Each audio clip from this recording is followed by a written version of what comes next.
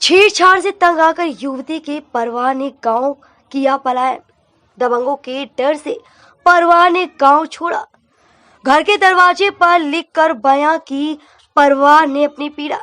दबंग परिवार को गोली मारकर दे रहा विकास दुबे बनने की धमकी।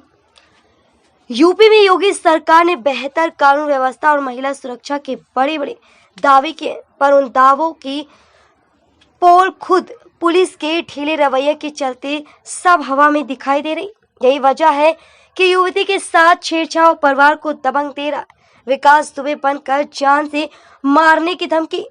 युवती का पूरा परिवार दबंग के इस खौफ से गांव से पलायन कर चुका है और पुलिस सिर्फ खाना पूर्ति कर रही है। मामला कानपुर देहात के राजपुर थाना क्षेत्र के वैना गांव का है, जहां आरोप है कि गांव का दबंग रामू मिश्रा गांव की युवती के साथ कोचिंग जाते वक्त रास्ते में छेड़छाड़ करता और विरोध करने पर पूरे परिवार को जान से मारने की धमकी देता है।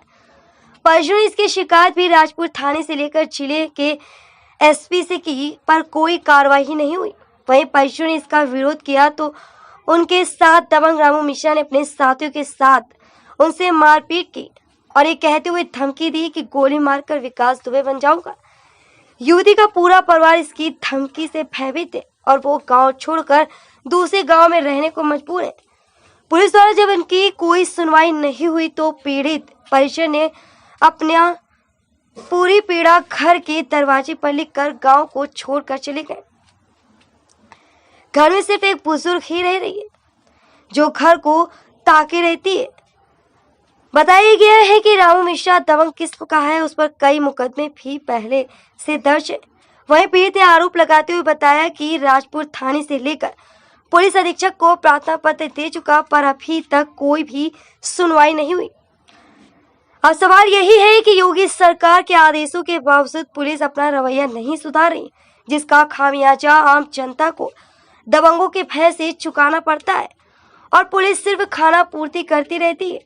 दबंग के डर से परिवार ने गांव से पलायन कर लिया है। इस मामले में पुलिस कुछ भी बोलने से बच रही है। केडी न्यूज 24 से संपादक आनंद शुक्ला की खास रिपोर्ट।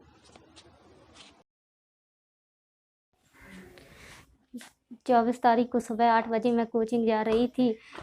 बीच रास्ते में रामू मिश्रा ने बाइक हमारे आगे लगा दी। तभी मेरा भाई पीछे से आ रहा था।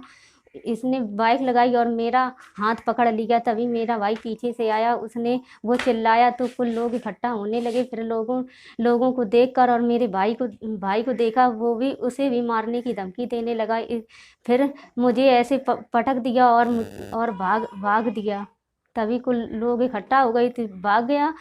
फिर मैं अपनी मौसी के यहाँ आई। वहीं की कोचिंग गई। वहीं से हम घर नहीं आए, सीधा अपनी मौसी के यहाँ आई।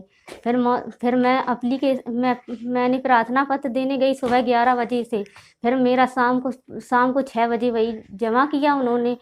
फिर कोई सुनवाई नहीं हुई। फिर मैं माती गई एसपी सर के साथ। एसपी सर को मैंने प्रार्थना पत्र दिया। उन्होंने कहा बेटा चिंता मत करो, कार्रवाई हो जाएगी।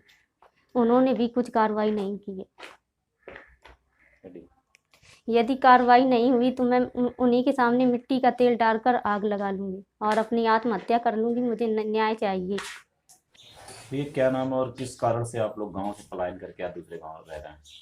हमारा नाम संजय सिंह है और ये रामू मिश्रा हमें धमका रही है मारने के लिए। 23 तारीख को लड़ाई सुबह होने के बाद शाम को जब मैंने कहा कि मैं लड़ना नहीं चाहता हूँ, तो इन्होंने कहा नहीं, मैं अभी तुम्हें सरिया से छेद देंगे और मतलब तुम्हें मार देंगे, मार के हम विकास दुबे बन जाएंगे, पुलिस हमारा कुछ नहीं उखाड़ पाएगी।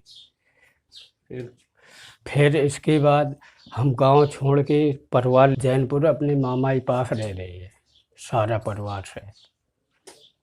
क्या लगता है ऐसा क्यों कर रहे हैं ये लोग? ये लोग इसलिए कर रहे हैं कि हमारे बच्चे पढ़ते हैं कि हम इनके बच्चों का भविष्य बर्बाद कर दें।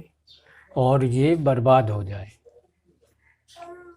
Subscribe now and press the bell icon. Never miss an update.